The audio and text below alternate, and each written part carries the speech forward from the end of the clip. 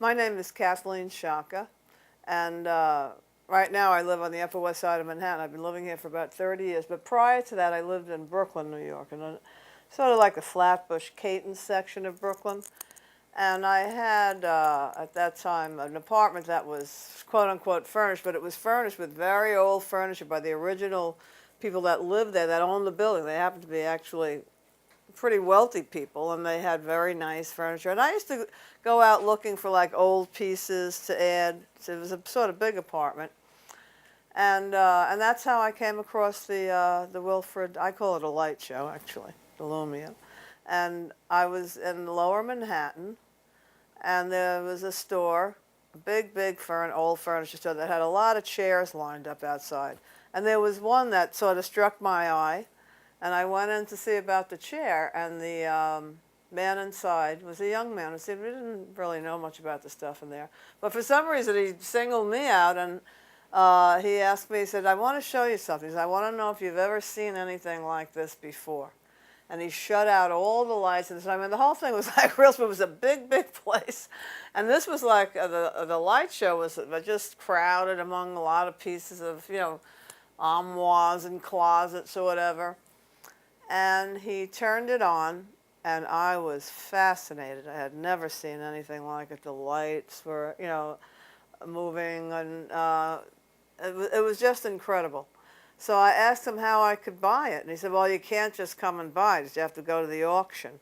And I had never been to an auction before, and I actually, followed up. I found out when it was going to be, and I went, in the morning. And then there was the sister of a friend of mine was, at that time, she was a textile designer. Now she's quite a famous photographer. And as I was telling her about it, she started telling her friends, and they'd been to art school or whatever, and they realized that they knew it was a Thomas Wilfred piece. I had never heard of him before. So she came with me to the auction. And the auction, nobody knew what this was. They didn't even know that the lights went on when they were selling it. They just sold it as, I think they called it a mahogany cabinet or something. But I think just to get like a little extra money for it, my perception is that they had someone in the audience who was just like raising it, but I had no money. I mean, I was like living in Brooklyn working with 2 kids, raising them by myself, so anything was like a lot for me. And they kept raising it, and we were going like $10, $10, and it got up to 140 or something. And I said, you know what, it was getting too high for me. I wasn't even going to get it. And if this woman wasn't there, I wouldn't have had it. And she said, oh, go for the next one, go. And I went, and I guess because they saw that I hesitated, they didn't raise it. I went for the 150, and nobody raised me after that, and I ended up getting it.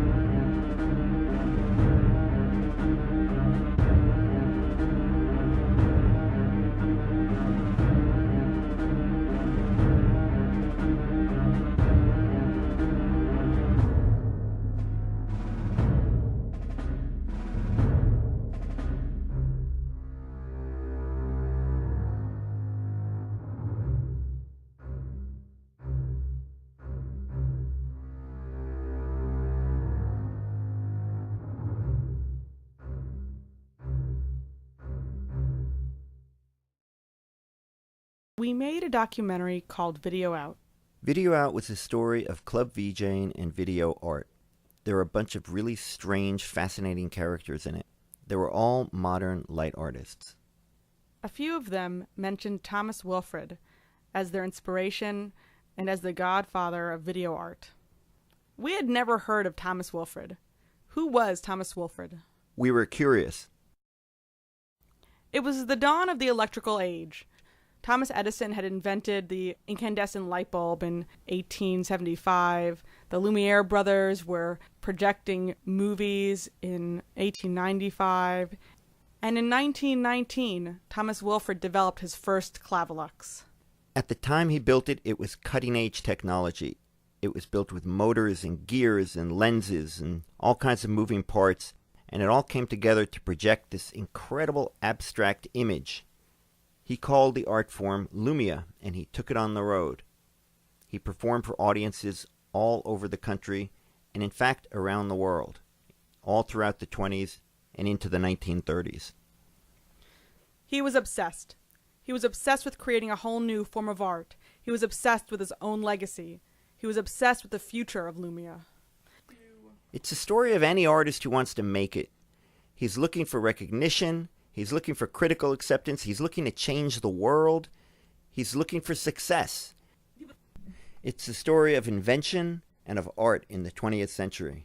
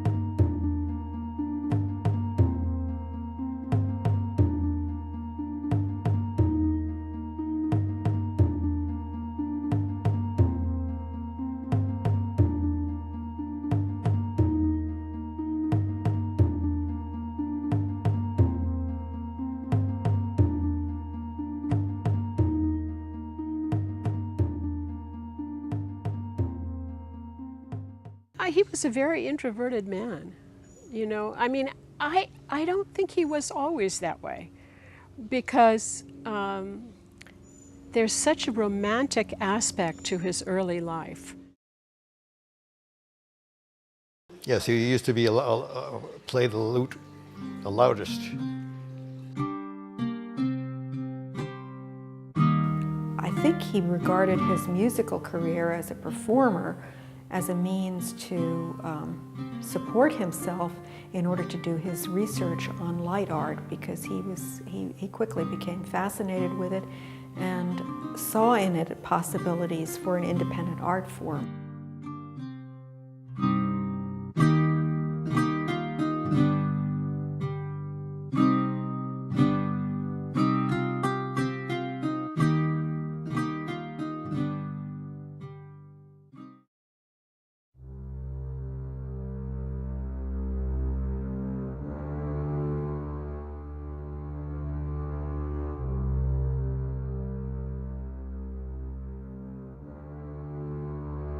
Was a group of like-minded individuals who shared this dream that light could be harnessed to create a new art form.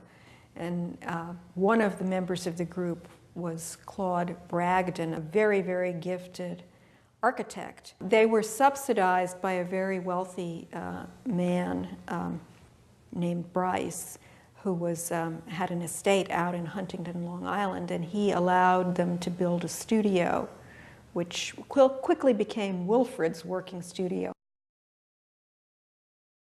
He agreed to build an experimental laboratory and light theater on his country estate at Huntington, Long Island. It consisted simply of a large workroom with a shell-shaped plaster cyclorama at the far end, while opposite this, and separated from it by the length of the room, was a projection booth with rheostats and a switchboard. As soon as the building was completed, Wilfred moved to the farm at Kirk's invitation so that he might work in this well-equipped laboratory.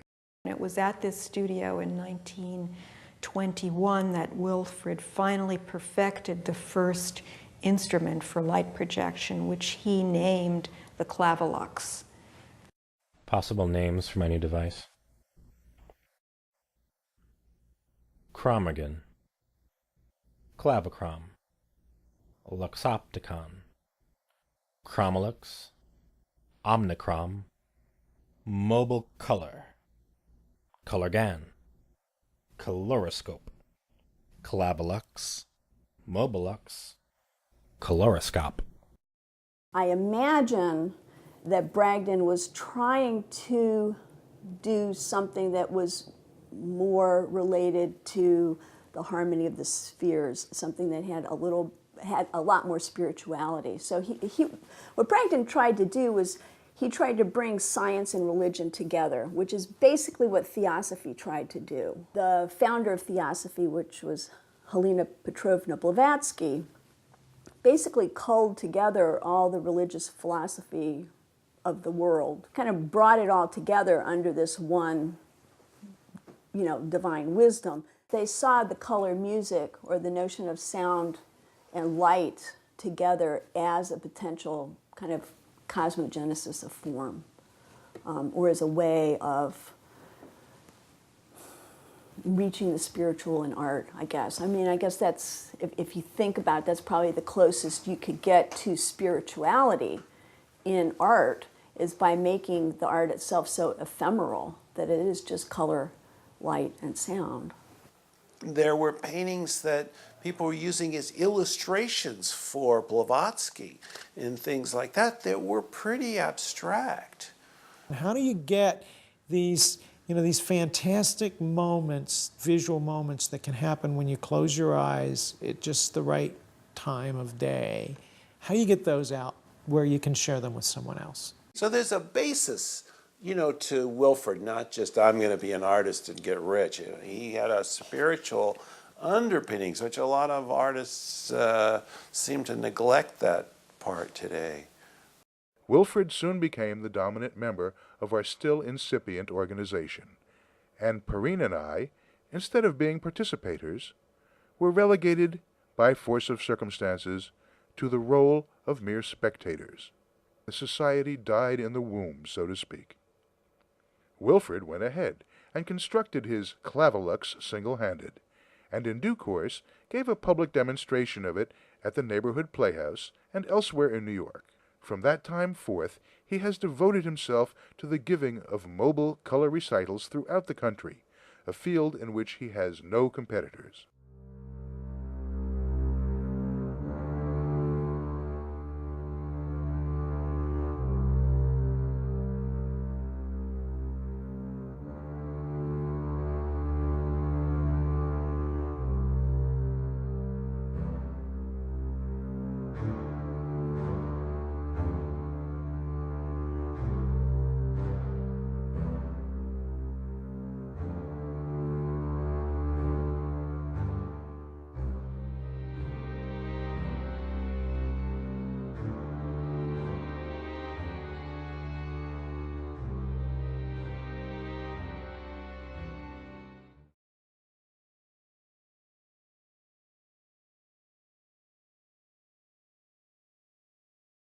In the teens and 20s, film was a novelty. It would be part of a vaudeville show. Between the acts, between the live acts, there would be a one or two reelers shown. So it was just another piece of theater business. People from the stage, people from movie making were very curious about what one could do with light and the instruments of light.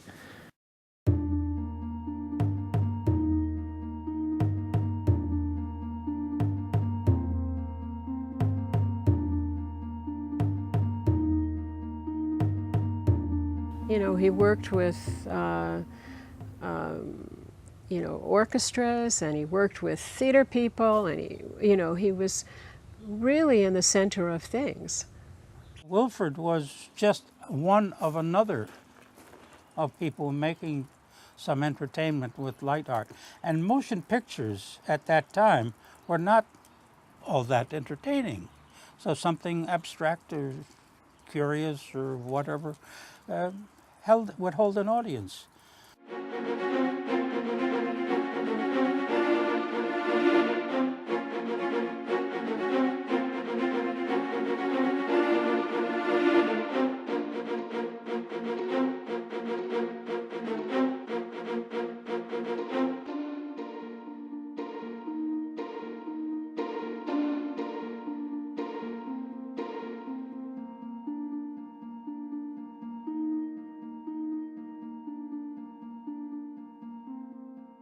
He had a great following in the 20s and 30s. The 20s, the mid-20s were a time when there was a lot going on of initial experiments and initial performances and much vision in light and light in context with sound. The Clavilux and player's chair takes up a floor space of 6 by 6 feet, and the front of the Clavilux should be as far from screen as the white surface is high. No spectator's seat can be closer to the screen than 2 feet back of the player's chair.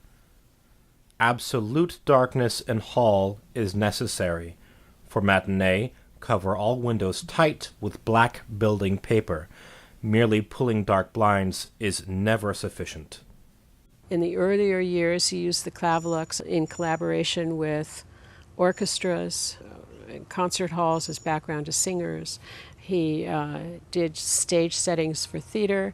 In Chicago, I think he did wall settings, which were part of restaurants. Wilfred never had a large audience in New York City. He had no bigger audience than I would have. So that's why he had to go on the road. The wrong town with the wrong stuff. Catastrophes. Here he is, and what's he going to do? Fortunately, Thomas Wilfred could sing. He could sing medieval Danish lyric pieces, medieval stuff, and he could hold an audience for the evening. He sang for us, but it was then an old man's voice. But when he did that, he could bring the house down. He could really, and you were listening to words in Danish that you did not understand, you know. And there was not just Danish, he also had other languages. He was, in those respects, as an artist, he was very skilled. He knew his stuff. And he just became intoxicated with light art, just as I did.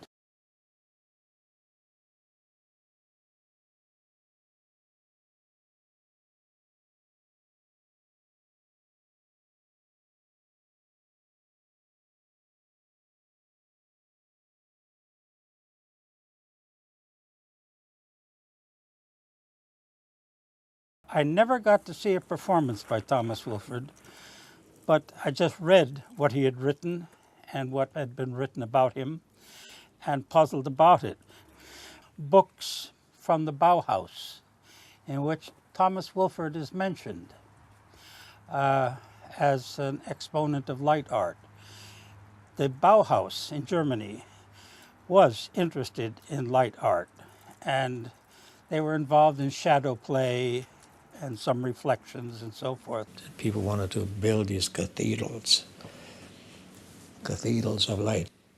The purest form and the most notorious, of course, is was Speer's Light Cathedral. And Speer's Light Cathedral, which we know from all the books, they wanted something grandiose, they wanted something divine, they wanted something powerful, they wanted something more powerful than the fatherland or the something that was so impressive that it couldn't be overlooked. October 21st, 1933. Dear George, I finally went and did it. Rented a new place in which I have a recital hall seating 100, surrounded by studios and laboratories, as well as a very nice reception room. Then I engaged a secretary, planned and advertised a lecture course, and now we shall see. My last cent is staked on the venture, as I have no endowment, nor do I count on any. Yet, I feel the time is ripe for this move, and everyone here thinks I am right. We went to a show in, I believe it was Grand Central Palace. It was an office building. And he had a small suite there. And he showed his Lumia in a room, I would guess perhaps 20 by 20, painted dead black.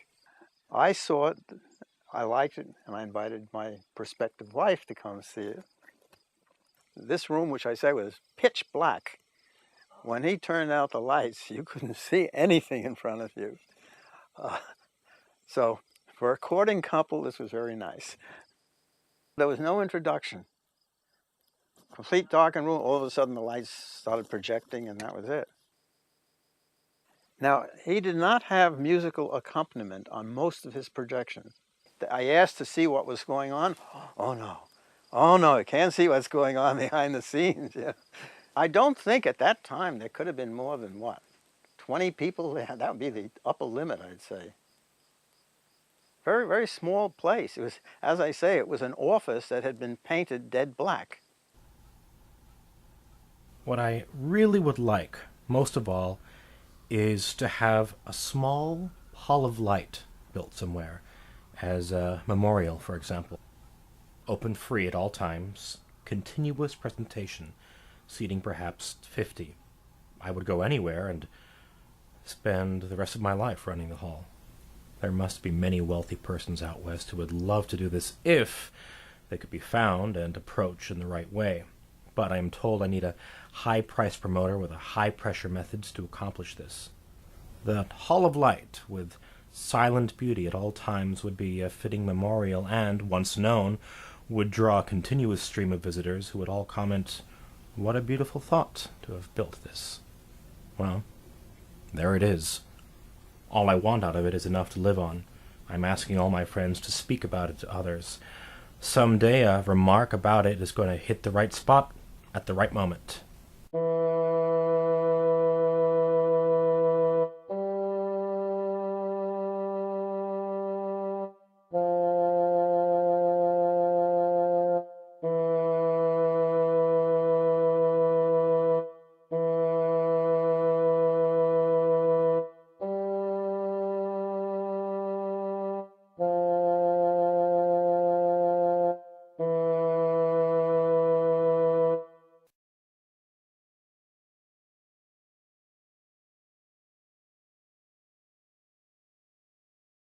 I think she was much more interested in fame than in money, to tell the truth, in spite of the fact that she was very miserly. I don't think she was a worshiper of money. I think she was a worshiper of fame. Beginning in 1905, she devoted her research and her efforts, which lasted over half of her life, to the fine art of light color playing. She claimed to have developed the sixth fine art, which she called Norithar, the essence of light. She built approximately 13 versions of a light play console. These were immediately copied and performed by others. She talked about it ad nauseam, but mostly it was about how badly treated she was and how everybody was against her. She was really almost paranoid about the whole business. She was always very difficult, critical. She thought she had a right to everything. I remember her saying, "I had to rap Stokowski's knuckles," because she thought that he had stolen her ideas. Well, come on. She was clearly eccentric. But you know, eccentric, that's not all bad. She was born in Syria, the oldest of Sarah Tabbitt, who married, what was his name, Samuel Halleck. And she produced my grandmother when she was a month short of her 16th birthday. When she was doing her tours with playing the piano, apparently she worked extremely hard. And my father always thought it was a shame she quit that, because it was got her into the limelight and made her feel like somebody.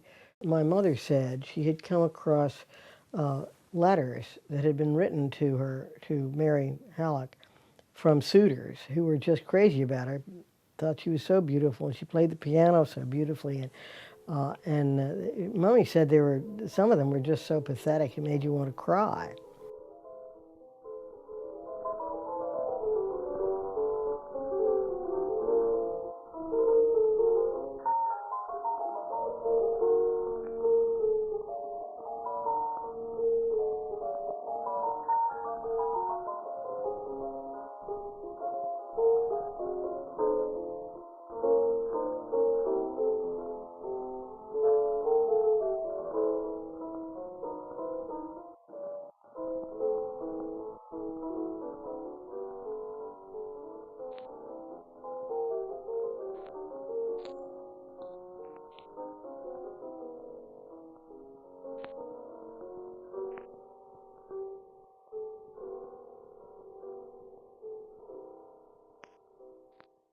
One of the intriguing things to look at is what are the artifacts that each of these communities left behind?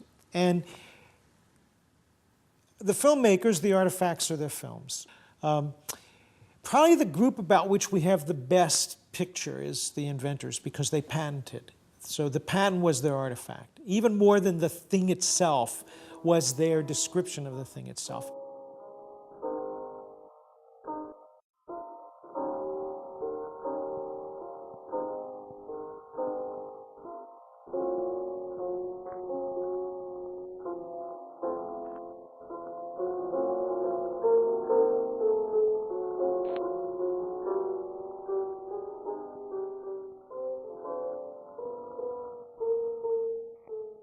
When you look at the photographs of Wilfred's studio, it looks more like an inventor's workshop than it does the traditional artist's studio.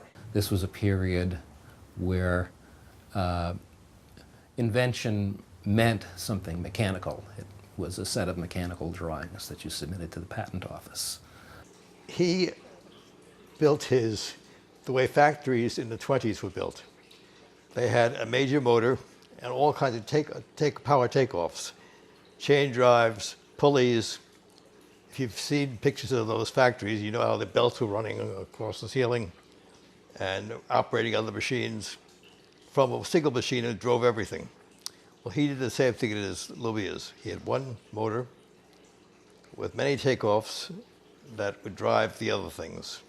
It was absolutely wonderful. Anybody who knows anything about machinery, the outside of it was what they called engine turned, little swirls of buffing on the aluminum. Nobody sees this, but a craftsman finishes things this way. So the box for the piece was engine turned aluminum, and inside was gears and motors and wheels and things. And what was absolutely unique about this machine is that it contained little curves of glass from old chandeliers. They used to make crystal chandeliers that actually the frame for the thing was poured glass. The interesting thing is if you just took this off, you would just get, you would just get a light bulb, on the ceiling, and you would get no definition at all. Where the cone serves not just as a reflector to make the shapes more interesting, but the cone also serves to basically cut down to just be on the aperture of the filament. And this is a custom filament. At the time you could, General Electric would custom make filaments to your spec. And you could get short runs of, probably a few dozen or maybe a few at a time.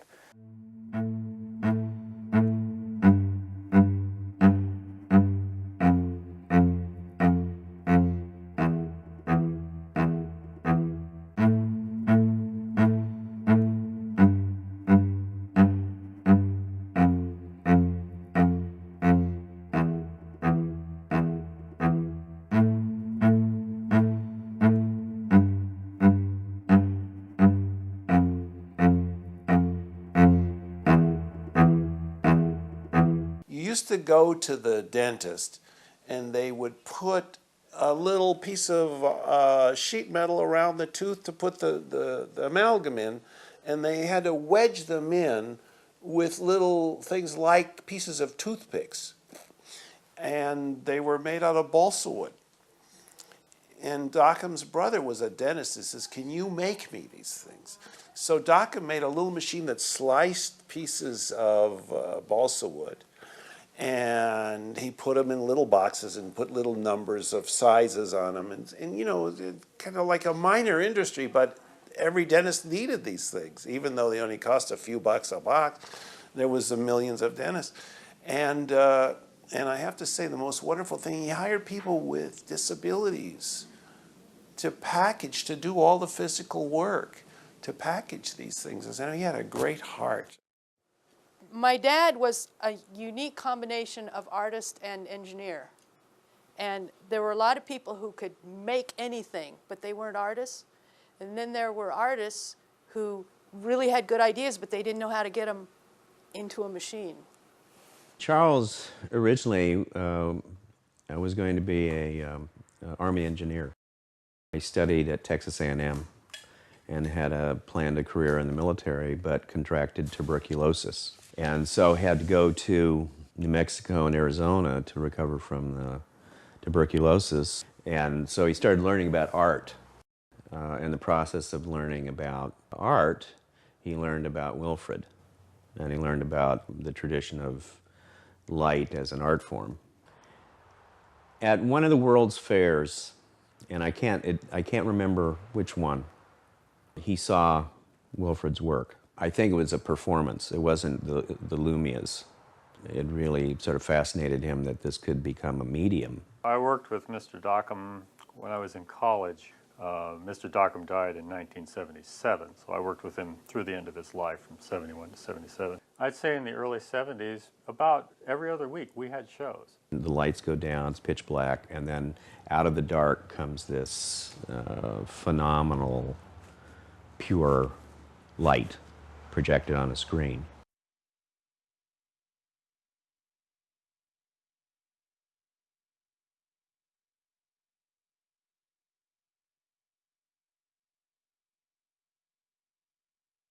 It was all done without music or any kind of sound. It was all done in silence. He was pretty picky and very hard on himself as far as his compositions go. You know, something went up there and I thought, hey, that looks fine. And you just throw the whole thing out.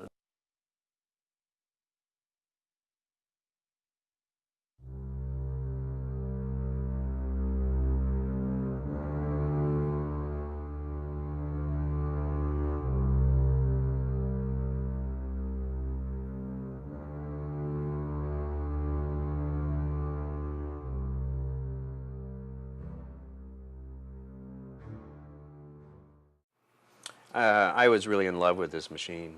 For me and for everybody else who saw it, the color was just extraordinary.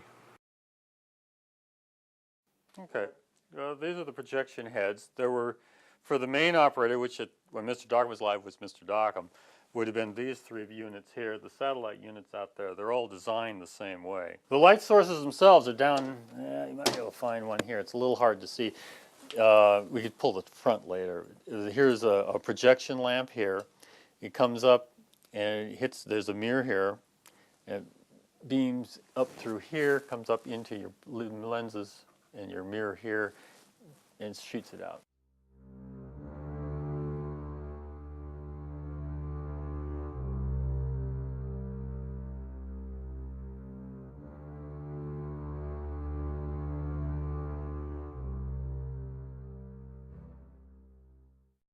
He was pretty much on his own, you know, because he felt like he had a lot of work to do.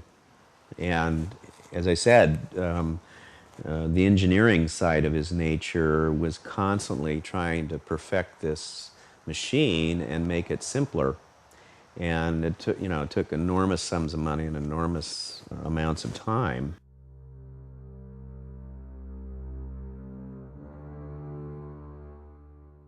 My sense always was that next to Wilfred, Charles was one of the people that really pursued it with that same degree of intensity. And I think he did something, quite different than Wilfred did.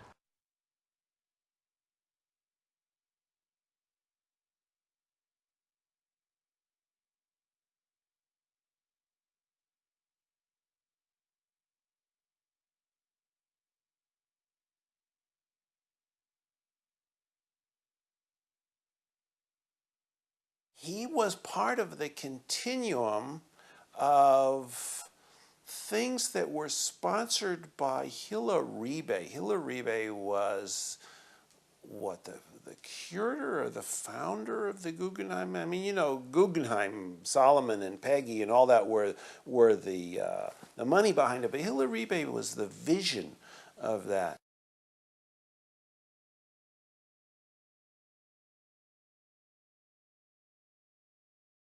One of the curious things about Dockham and Davis and Thomas Wilfred is how they were adopted, if I can use that term, by different New York City institutions.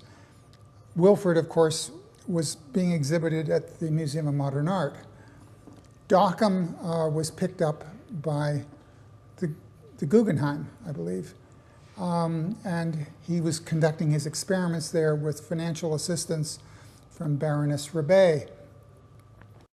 Hilla-Ribe was the founding director and first curator of the original Solomon R. Guggenheim Museum, which at the time was called the Museum of Non-Objective Painting.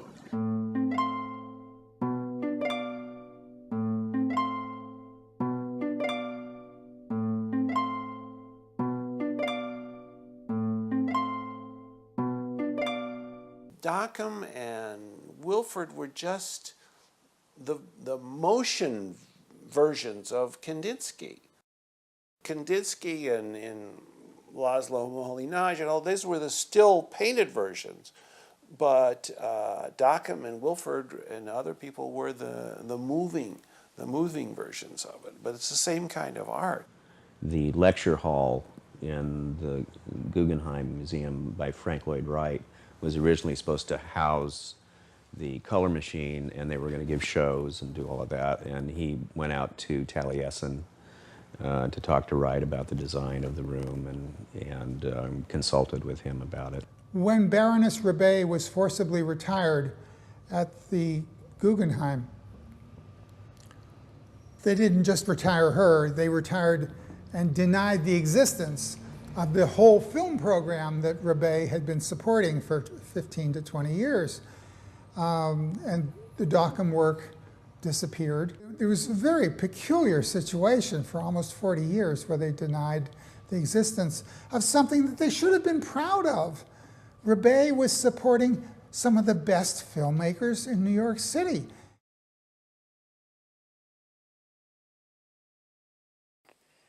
I tried to look him up after the war. When I got out of the Army, couldn't find a trace of him. He wasn't listed anyplace. You know, there was no internet at that time. And as I say, I was interested enough to try and look him up and so on. Couldn't find him. During the war, he worked for the Office of War Information, so earned a steady salary and lived frugally. During the Second World War, the Grand Central Palace was taken over for military purposes, I believe, and so he had to close his studio and working laboratory and move to West Nyack. I'm not sure how he lived in those years. That was never revealed to me. He did sell recorded instruments that were self-contained, and he was selling them occasionally during these years. But other than that, I have no idea about what he was doing, really. When he got into his 50s, he realized that he would be gone and that these machines, people couldn't see what he was doing. So he decided to make automaton light shows that would run themselves and could entertain people when he wasn't there doing it. He wanted to create something of lasting importance and permanence.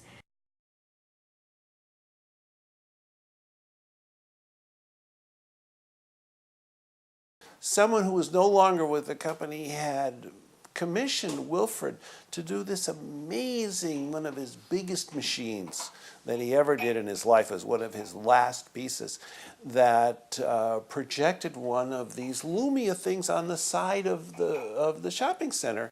The Toledo job turned out well. It is an outdoor affair. The screen is recessed into the building over the main entrance and is 30 by 53 feet. The 5,000-watt projector is located in a tower 50 feet out in the parking lot. There are 3 push-button stations for starting and stopping, plus a timer which turns it on and off at predetermined hours. At night, after closing hours, people drive into the parking lot and have themselves a Lumia recital until 11 p.m. when the unit shuts off.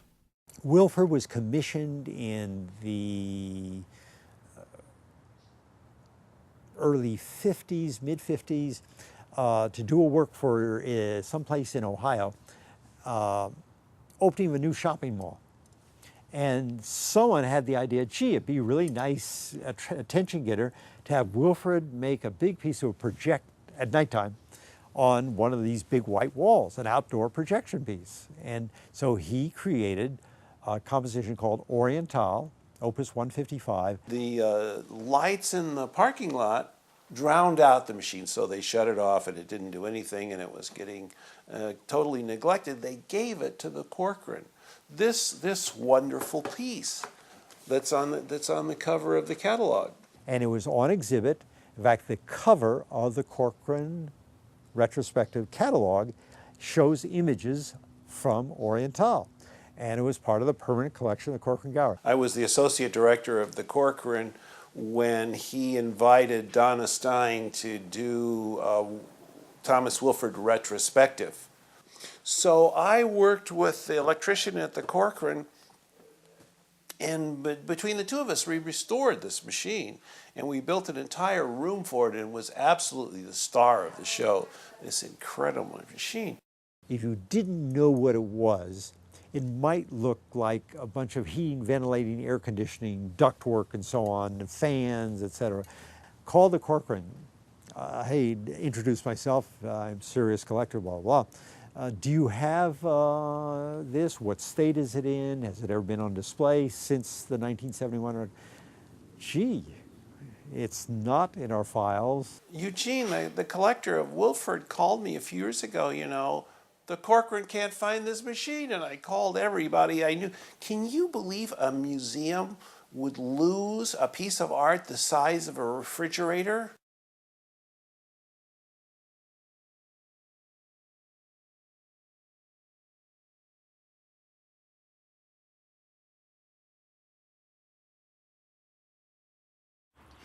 Thomas Wilfred had to go on the road, carry all this paraphernalia, unload it, set it up on somebody's stage, and find enough sources of electricity to run it, and then perform, fold it all up again, put it in trunks, send it to Railway Express, deliver it to the next college or community center or whatever. It was hard labor, not the performing, but just carting all this paraphernalia from place to place. As Wilfred said, this is the ideal arrangement for Lumia. It's an art form for your backyard. I happened to grow up in New Haven, Connecticut, and not far away was Sandy Hook, Connecticut, which was the home and theater of Chris Sidenius, who was one of the last remaining Lumia artists. Chris Sidenius built a theater on the back of his property in the woods, so just arriving at the theater was a marvelous thing, a great A-frame structure. You'd arrive in the evening, wander about and so on. You'd enter the theater and sit. The theater would go dark. We'd have sound and images would appear on the screen.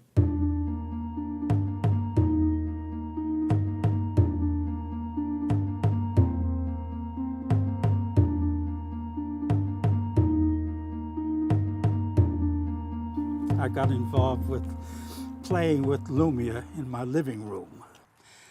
That took 10 years of that kind of experimentation in the living room, and I was finally thrown out.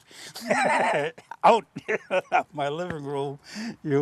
I'd like to have a living room back again. And so I had all these projectors that I had built sitting around in there. and I would have to build a theater. So I went down to Stamford, where the Stamford Housewrecking Company, and I looked at all the houses they had wrecked, all the lumber, tons and tons of it, and I selected those pieces which I would want, had them delivered up here for a few $100s worth of lumber, and we built that.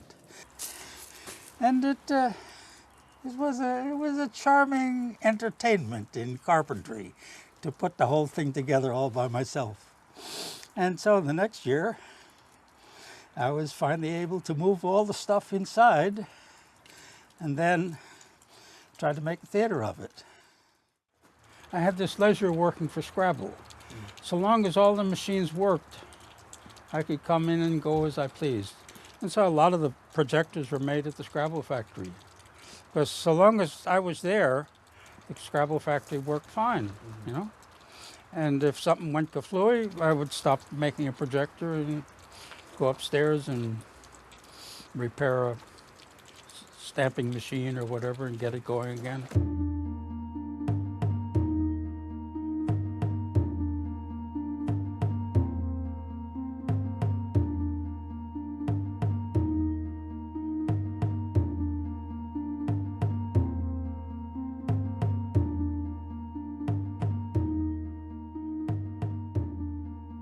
But it was enough. I have all this. I could build these buildings.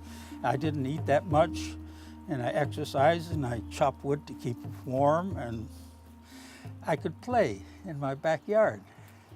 And so I was playing with this idea of a theater of light.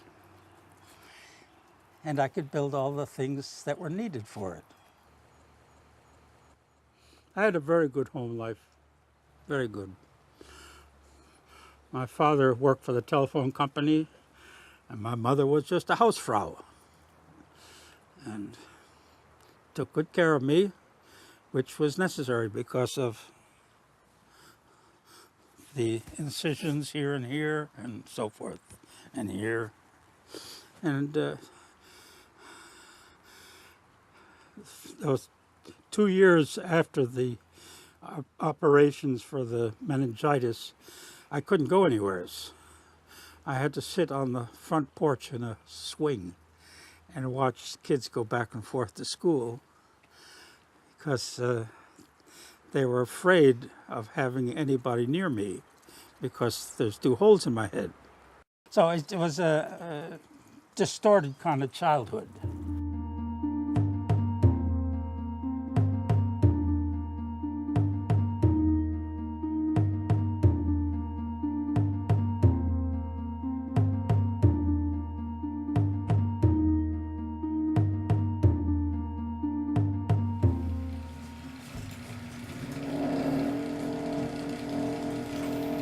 Much brighter when you clean the lenses.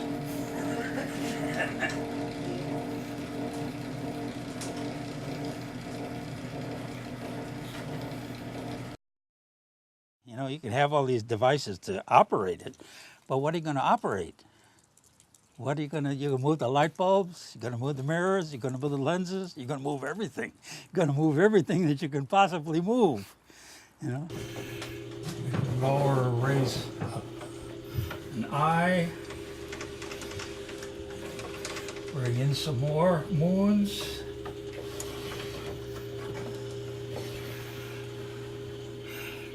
And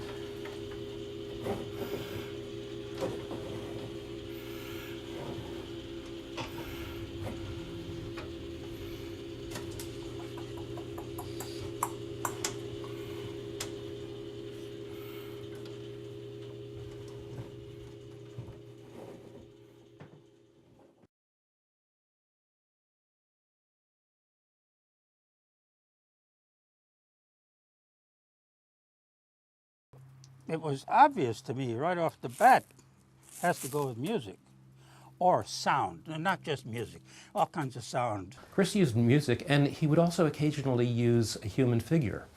There was a young woman who he had dance behind the screen, so she cast a silhouette on the screen. But I always had one or two assistants, usually little girls, who I had do a dance. Oh. I have them do a little dance at the end of the performance. And that, of course, would always bring the house down. I thought it was amazing. I loved it. I took my friends. They didn't understand it. I didn't know why. I warned them not to come high. Of course, so many of them did. I said, no, do not come in here loaded with marijuana or any other thing, because this is intoxicating enough. And we had to stop the shows quite a number of times and take people out screaming and so forth.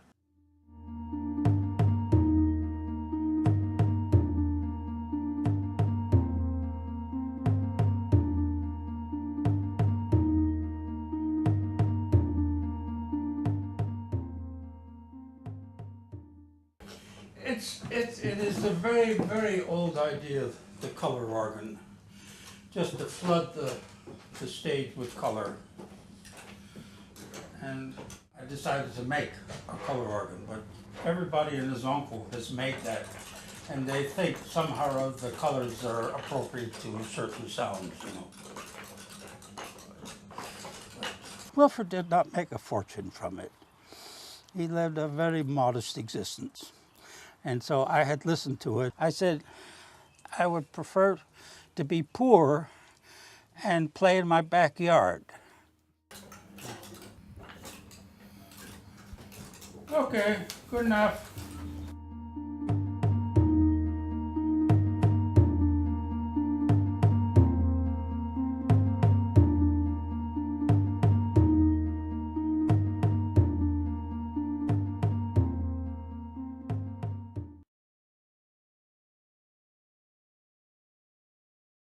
Dear Doctor, thank you for your letter of August 29th, and for remembering one of my Lumia recitals in Pittsburgh so long ago.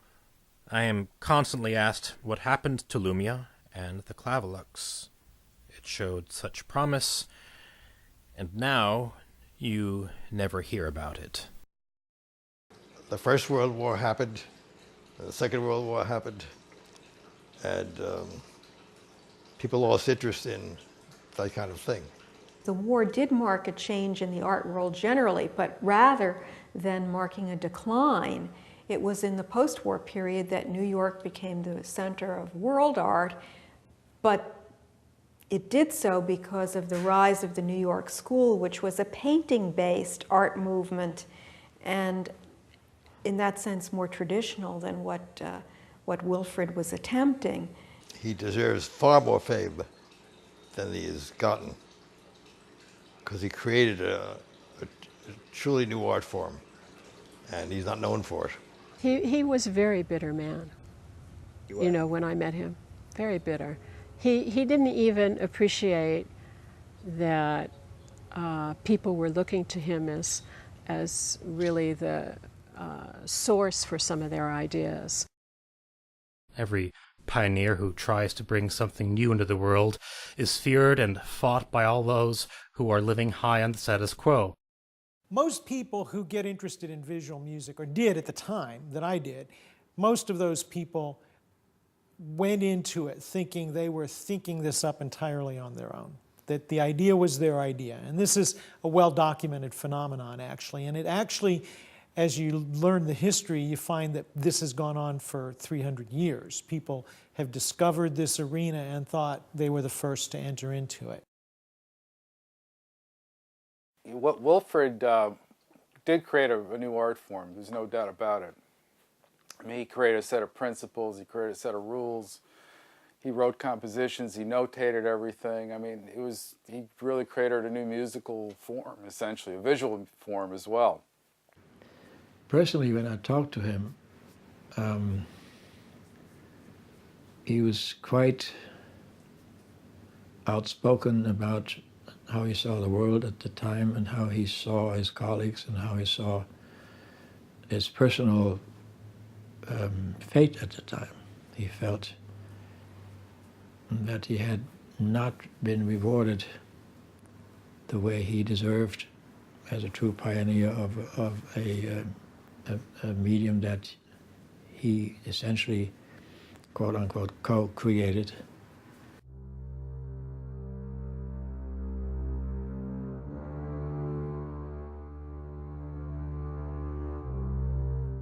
For almost 20 years, no magazine or paper has been permitted to write about Lumia or about myself.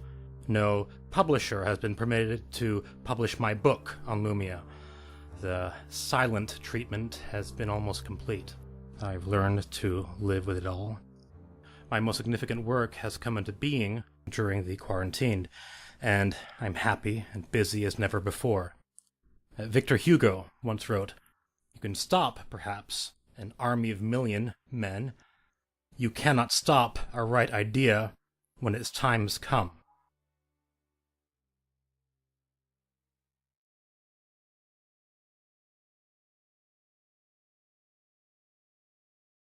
He felt very strong competition, or maybe even aggressive competition from other artists that he didn't necessarily like.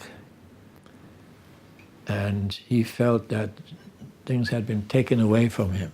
He literally used that expression. He said, "They took it all away from me." They who? Now comes the catchword, the Huns. The Huns, they took it all away from me. And I should have asked then, which Huns do you mean? It could mean the Hungarians, because there's so many Hungarians in light art, and it could be the Germans, and it could be both. And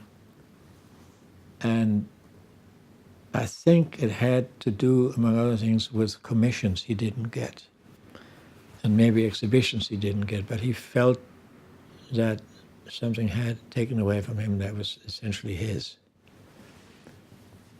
And he was very bitter about it. And he looked like a kind of shrunken Danish Viking who had ethnic feelings, or ethnic conflict with people from a different planet. And his thoughts about them weren't very friendly. August 10th, 1960. Dear John, the new Who's Who is out. My name still missing in spite of your plug. Must be the work of the International Art Cartel. They figure that a thing which is not written about in papers and magazines just doesn't exist. Those years when he was overlooked were very hard on him. While the abstract expressionists were in ascendancy, like everything else was, pushed aside. I don't think there's anything wrong with that because they were such great artists, but it did eclipse absolutely everything. My consolation is that 300 years ago, I would have been burned at the stake while the members of the cartel and their families were eating a picnic lunch around the pyre. Naturally, I feel very cheerful when I realize how lucky I really am.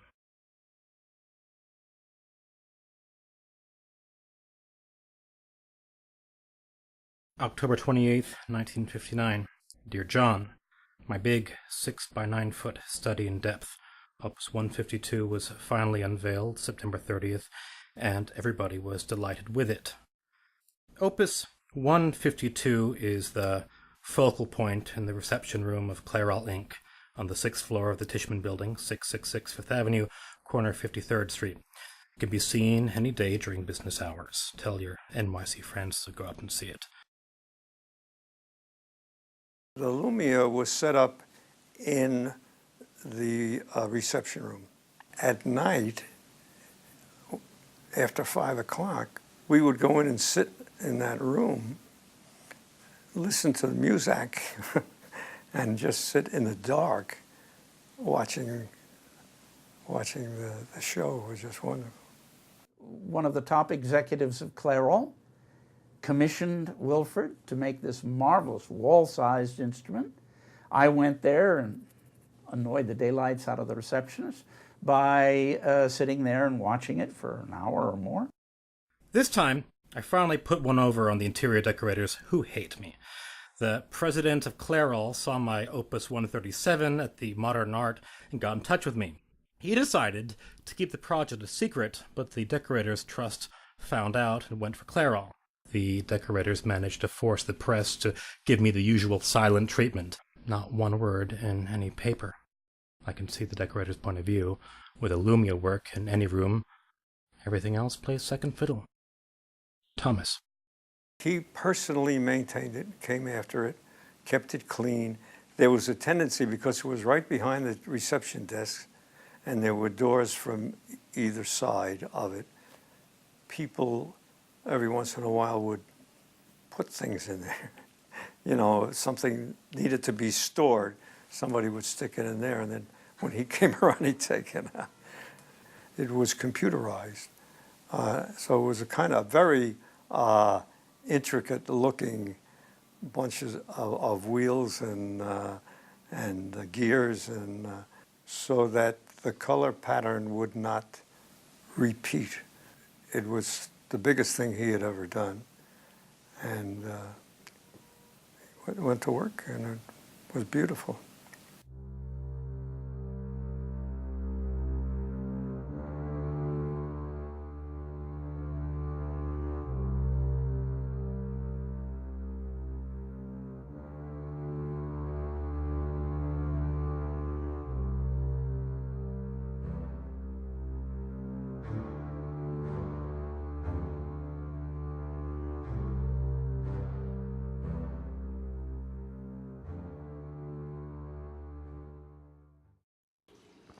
I'd never heard of Wilfred. About a few days, right after my show opened, people asked me about if I knew about Wilfred. Nope. Well, I said, you ought to go to the Monitor and look at his work. It's like yours. So I went over to the Monitor and took a look at the work in the basement. Oh my God. Someone's done it better than I have before I did. Had I seen that work, had I known of his work, before I did my work on Lumia, I would have stopped, because I would have thought, it's been done. It was 1968, about October of 1968. I was a student at Syracuse University, and we went down to the Museum of Modern Art on I guess it was a field trip. And in the basement at that time, there was a Wilfred composition. I didn't know Wilfred's name at that point. But it totally grabbed me. And at that moment, I said, God, this is the only way to make art. The Art Institute of Light announces the opening of a Lumia gallery at the Museum of Modern Art, 11 West 53rd Street, New York City. The gallery, designed as a miniature theater with seats, features continuous performance of Lumia Suite Opus 158 by Thomas Wilfred, a silent visual composition in 3 movements. This is the most advanced work to date in Lumia, the Art of Light. They had the Lumia Suite in a room in the ground floor, below the flight down at MoMA. And people would go and sit on the benches and watch. Watching spectators has been another source of pleasure, as I can sit undetected among them and listen. Quite a percentage has stayed for over half an hour. Some have gone over the rest of the museum and come back for more. There is almost a church mood over the room, only low or whispered conversation.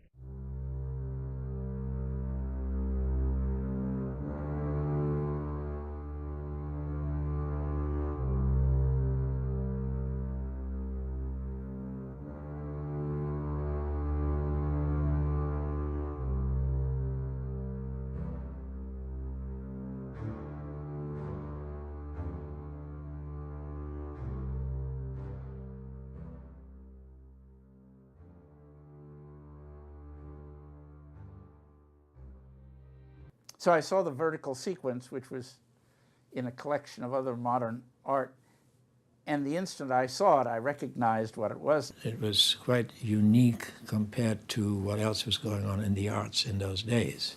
It got to me on a purely visceral gut level. I loved it. I stood there and watched till my feet got tired, and then I just sat down on the floor. a couple came out, and she turned to her husband and said, "I loved the music." But there was no music. He agreed with her, but there was no music.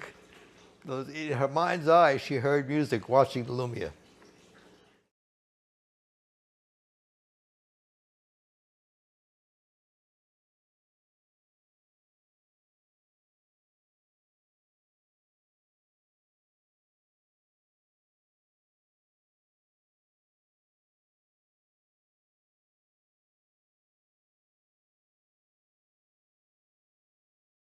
My name happens to be Eugene Ethan Epstein. I go by Eugene. I live here in LA, born and raised here. I'm a person whose muse, whose passion is the Lumia art of Thomas Wilfred. I'm a retired radio astronomer. I first became aware of the light art of Thomas Wilfred pure chance. One weekend in February of 1960, went to the Museum of Modern Art, came around a corner, and there was a darkened alcove, and there was a work by Wilfred. Bam! Wow! Where has this been all my life? It just hit me like a ton of bricks immediately. He has assembled the world's largest collection of Wilfred's work. Shortly after I acquired one, and really liked it, and if they were this hard to get, it took me that hard, I figured, gee, I'd like to get another one. If every artist had a Eugene, the world would be a much prettier place. I think I have 6 or 7 of the recorded compositions. I have 4 or 5 Clavelux Juniors. This work is Opus 79, multidimensional from 1932, stands right here. And these are the straps that go around the cabinet to hold it in place in case of earthquakes. And it was very handy during the Northridge 1994 earthquake. None of the works were damaged. There were some that seemed to have shaken a little bit. That work is at the Hirshhorn Museum right now, as is Opus 161, Untitled 1965-66, that goes in this hole on this table. Most of the color organist's pieces have disappeared. And unfortunately, they weren't collected, such as Wilfred's work were by Mr. Epstein. It's the trouble with this art form. I mean, the machinery is like mostly Rube Goldberg style contraptions that people see as junk. That's part of my mission, and I've been saying all along this is a big part of my life, and so it's another rescue effort, an art rescue mission, art preservation mission.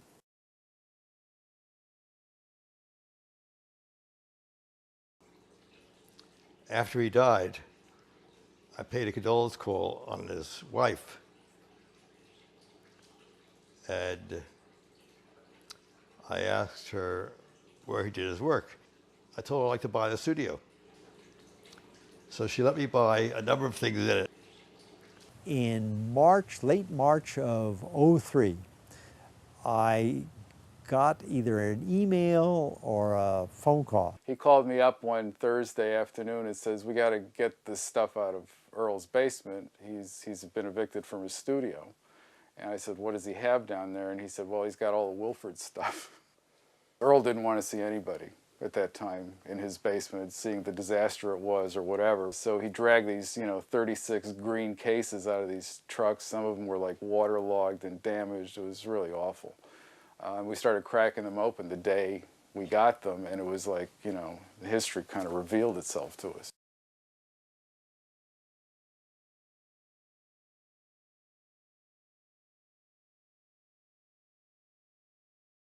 The first time I became aware that there's a person named Ryback, I got a letter after Wilfred died. Wilfred died August '68.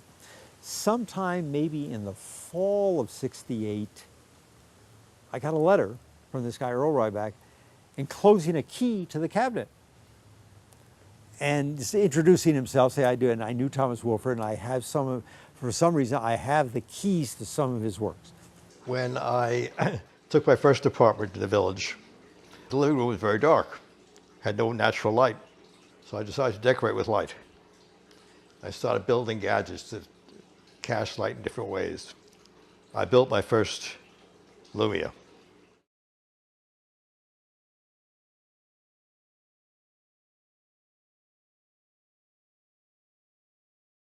Howard Wise liked my work very much. and offered me a one-man show that would only be 2 weeks long. I got a phone call from the gallery from Thomas Wilfred. He said, "I love your work. I'd like to meet you." I said, "I'll be right there." I rushed to the gallery. I said, "I love your work. I mean, your work is fantastic." So I went to the gallery, met this charming man in his 70s, and we got along famously. I asked if I could use the name Lumia, and he said, "Not only can you use it, I would like you to," because he wanted a genre of work to have. He loved the name Lumia that he invented.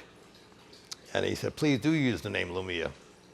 I have impressed on Riebeck that we must use the word Lumia only to designate the art from itself, and not to speak of a work as a Lumia. He agrees. Also, not to refer to a machine or a box, but to an instrument. To give each work an opus number and, if desired, a name, and to consider it an individual signed work of art. With all good wishes to you both. Cordially, Thomas. Mickey Ruskin at Max's Kansas City had an arrangement. I put one of my light sculptures where the projections had been on nudes on the upstairs where they had the dance floor. And people would see it and ask who the artist was and come to me to pose. I grew crystals on slides, and I got brilliant color effects, changing color. And I would have one form of my art in which I would project that on a women nude in front of a black velvet screen, so they would become living sculptures. You could tell that there was a human being there, but it was really like a sculpture of light. My sister lent me some money on my studio, and she wanted it back, and I was forced to sell my studio, which was very unfortunate. And she couldn't care less. So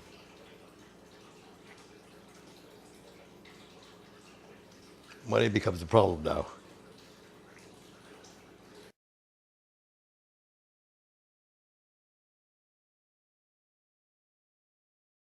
Does anyone know the secret of these machines?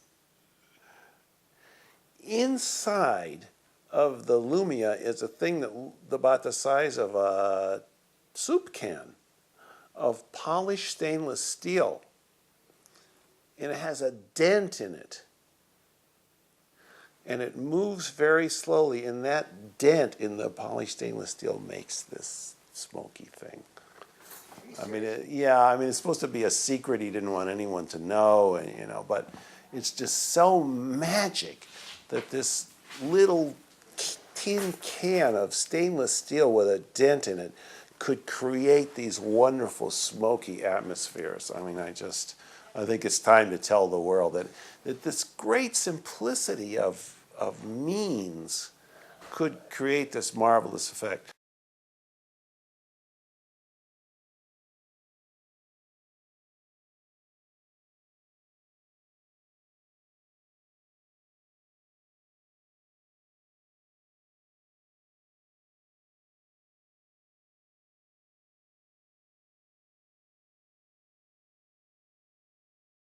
It's all about the dent. And what he did was he controlled his compositions by creating hills and valleys on flat mirrors, which were made out of aluminum.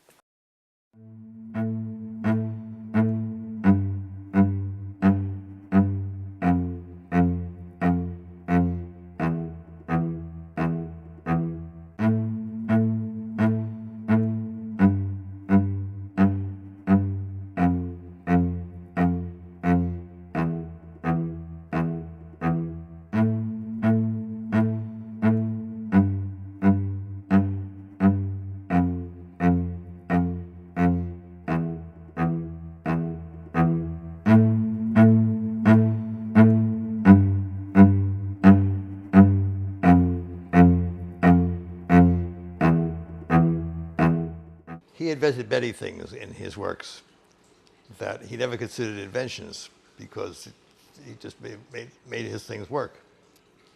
You do not become a pioneer by choice.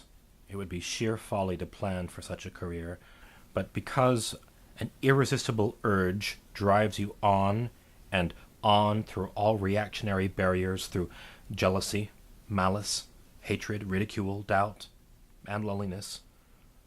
Perhaps the hardest to bear is loneliness. You will consider yourself fortunate if others follow your lead, but you will forge ahead whether anyone does or not. Your only true reward will come to you in your loneliness, the feeling that you have kept faith in your ideals.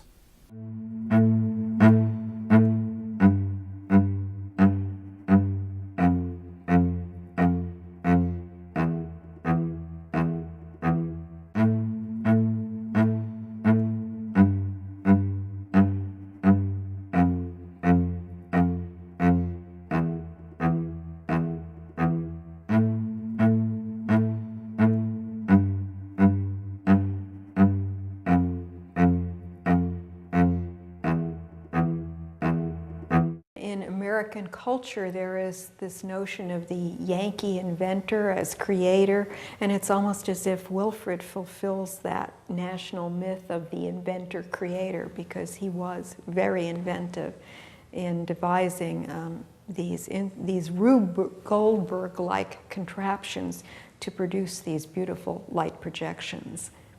The pioneer work I have devoted my life to has perhaps been unfair to my family, but I have done it because I could not help it.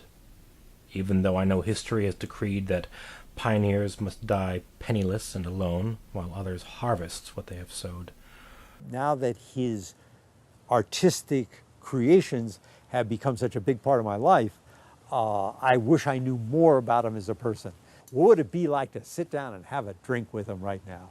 Would he still, after all these years, and I've been involved, I rescued works of his that would he become less reserved? I don't know. That's a fantasy I'd love to make a reality. We live very frugally here, but we manage. Jaunts to the city, theaters, opera, and concerts are now beyond our means. We have a few, but very good friends, and as long as we can stay reasonably healthy, I have no complaints. You know, there were these bodies of knowledge. You know, it's very Aristotelian world we're living in. And there are these well-bounded bodies of knowledge, and there are these specific art forms, and they have particular qualities. And so people are asking the question, are there any more? You know, it's an essentialism question. You know, are we at the boundaries of what, you know, is this what the Creator gave us to work with? No, there's another one no one's noticed here over here, and I just found it and picked it up, and I dusted it off and made it whole, and created it. And so, there's a lot of pride, I think, in being sensed as the person to grab this thing. These weren't people who were fascinated by gizmos and making gadgets, other than so that they could, with these devices, they could realize these images that they had from their dreams, for instance. Because of that inspiration, he's important. Because of what he was doing as a scientist, inventor, artist, he's important. As far as the fact that he's forgotten mostly these days, he's important. Lumia, I'm amazed at how few people know about it today. He was the father of light art in America. I know that Wilfred cared, and I know that Mary Helen Greenwald cared. I don't think modern people care very much. We'll care about whether it interests us, whether that relates to anything inside us and touches a place in us that says, oh yeah, that captures the feeling I'm having too. A whole generation now has been brainwashed into looking at what there is, which is why some of the people who came to Lumia wanted to beat me to death, because it did not look like the movies they'd been seeing.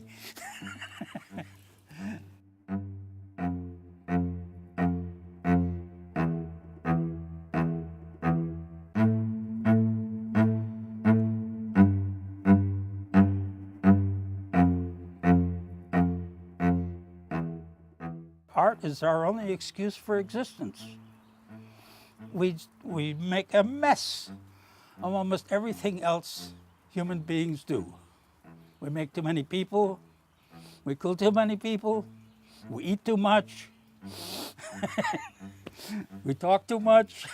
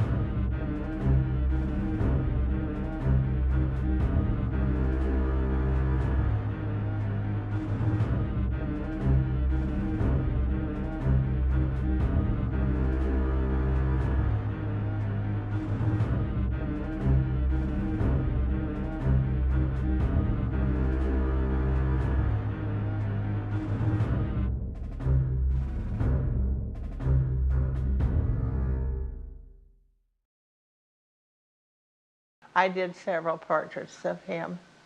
This is the only one I finished. But this shows you Wilfred as he is. And he has always had the pipe. Really?